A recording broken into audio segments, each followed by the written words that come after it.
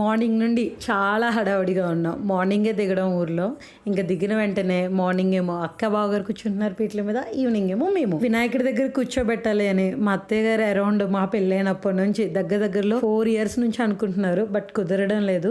ఈసారి ఏదేమైనా సరే కంపల్సరీ ఊరు రావాలన్నారు. అందుకే మేము వచ్చేసాం. ఏదైనా దేవుడికి సంబంధించింది పుణ్యక్షేత్రాలకు వెళ్ళాలన్నా ఏదైనా దేవుడు పిలిచినప్పుడు మాత్రమే మనం వెళ్ళగలం.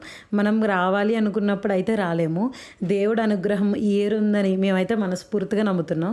అందుకే మేము వచ్చేసాం అనమాట. ఇంక తీరా వచ్చిన తర్వాత పూజ అయితే చాలా బాగా జరిపించారు పంతులు గారు. మాకైతే భలే అనిపించింది. ఇంట్లో వినాయక చవితి చేసుకున్నప్పుడు ఎంత హ్యాపీగా అనిపిస్తుందో, ఇలా మండపంలో వినాయకుడి దగ్గర మనం కూర్చుని దగ్గరుండి పంతులు గారు చెప్తున్న ప్రతిదీ చేసినప్పుడు అంతకన్నా ఎక్కువ ఆనందమే ఉంటుంది అనమాట. ఇంకైతే మా అక్క మా బావగారు అలా పూజ చేసుకుంటే చాలా హ్యాపీగా అనిపించింది. ఇంకా పూజ అయిపోయిన తర్వాత ఆడపడుచులు అయితే హారతి ఇవ్వాలి కదా, ఆడపడుచుతో పాటు నేను కూడా జాయిన్ అయిపోయా. ఇంకా మా పూజ ఎలా జరిగిందో నెక్స్ట్ వీడియోలో చూసేద్దాం.